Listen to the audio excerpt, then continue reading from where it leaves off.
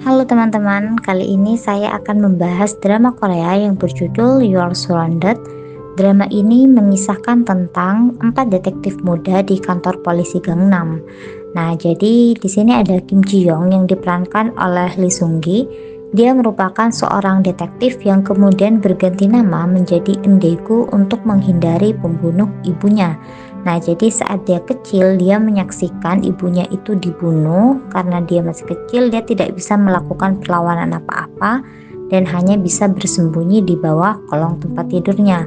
Nah, si Endaegu ini ketika bekerja di kantor polisi Gangnam, dia mendapatkan partner yang benar-benar seperti keluarga untuk dia gitu teman-teman. Jadi kemudian ada 4 serangkai, salah satunya si Endaegu ini. Terus ini ada Jikook yang diperankan oleh Park Jong Min.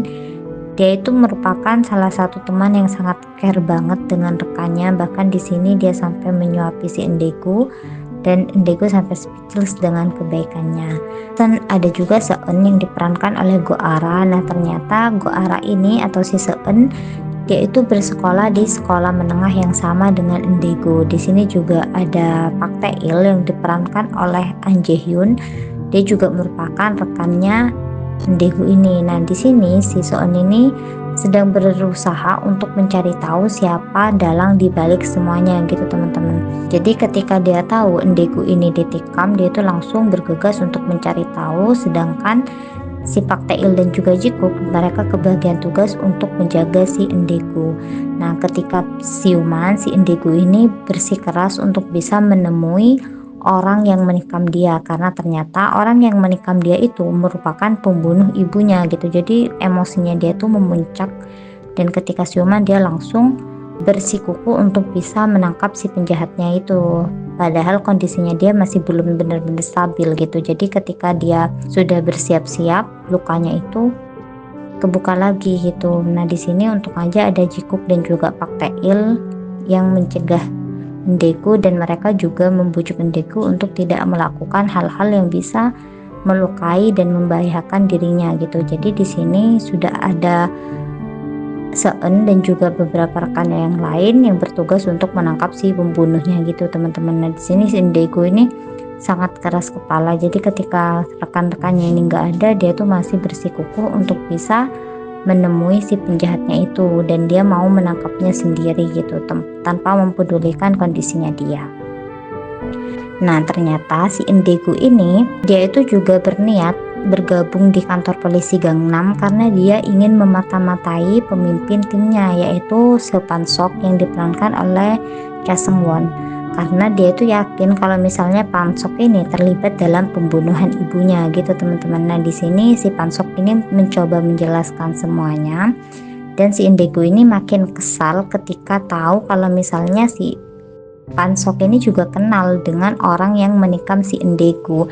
Karena orang yang menikam Endaegu itu adalah orang yang membunuh si ibunya. Jadi si Endaegu ini makin yakin kalau misalnya kematian ibunya itu berkaitan dengan Pansok, karena Pansok kenal dengan orang tersebut gitu teman-teman.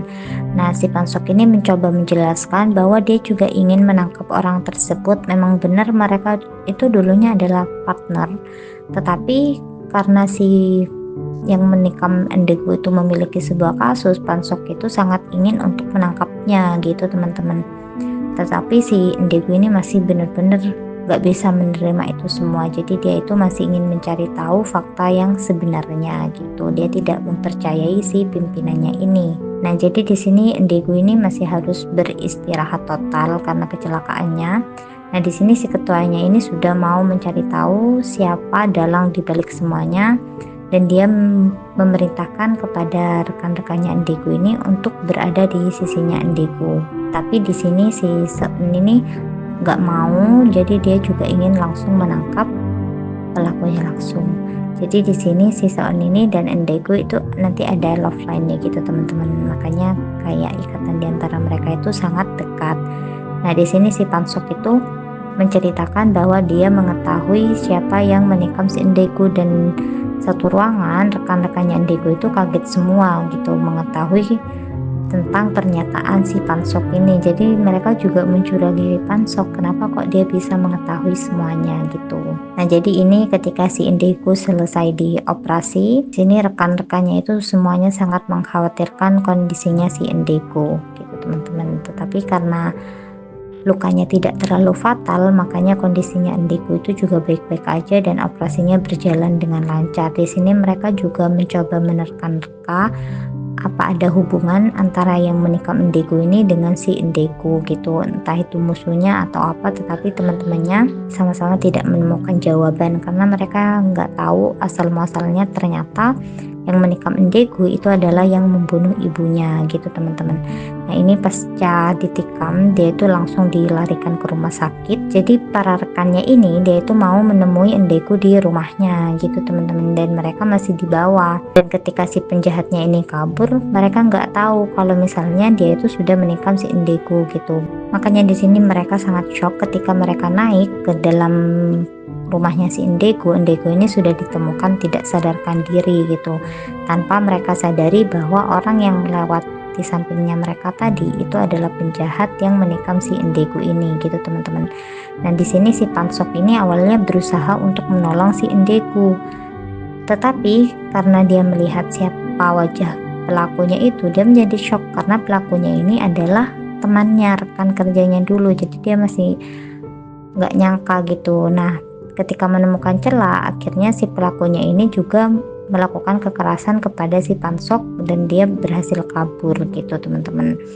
Nah, di sini si penjahatnya ini terus memukuli si Indigo habis-habisan dan dia juga berkali-kali menodongkan pisau ke arah Indigo. Jadi Indigo tuh masih berusaha untuk bisa melawan, tapi pada akhirnya Indigo juga kalah gitu. Nah, di sini kelihatan banget psikopatnya dia. Di sini dia juga mengakui bahwa dia yang membunuh ibunya dan dia mengancam Indigo bahwa dia juga akan membunuh Indigo agar bisa segera bertemu dengan ibunya gitu. Nah, di sini mereka masih berkelahi. Si Indigo ini terus melakukan perlawanan gitu dengan si penjahatnya ini.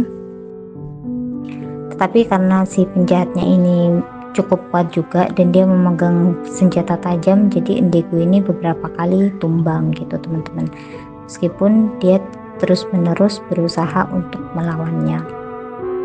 Nah, jadi di sini si premannya ini juga memprovokasi Indigo dan Indigo tuh menjadi sangat amarah gitu teman-teman. Dia berkata bahwa ibunya dulu berusaha untuk melindungi Indigo, tetapi si Indigo ini hanya bisa bersembunyi di kolong tempat tidur gitu, dan itu benar-benar membuat dia kesal. Akhirnya terjadi pertarungan di antara mereka berdua yang menyebabkan Indigo terluka gitu. Oke teman-teman, mungkin segitu dulu dari aku. Terima kasih banyak. Bye bye.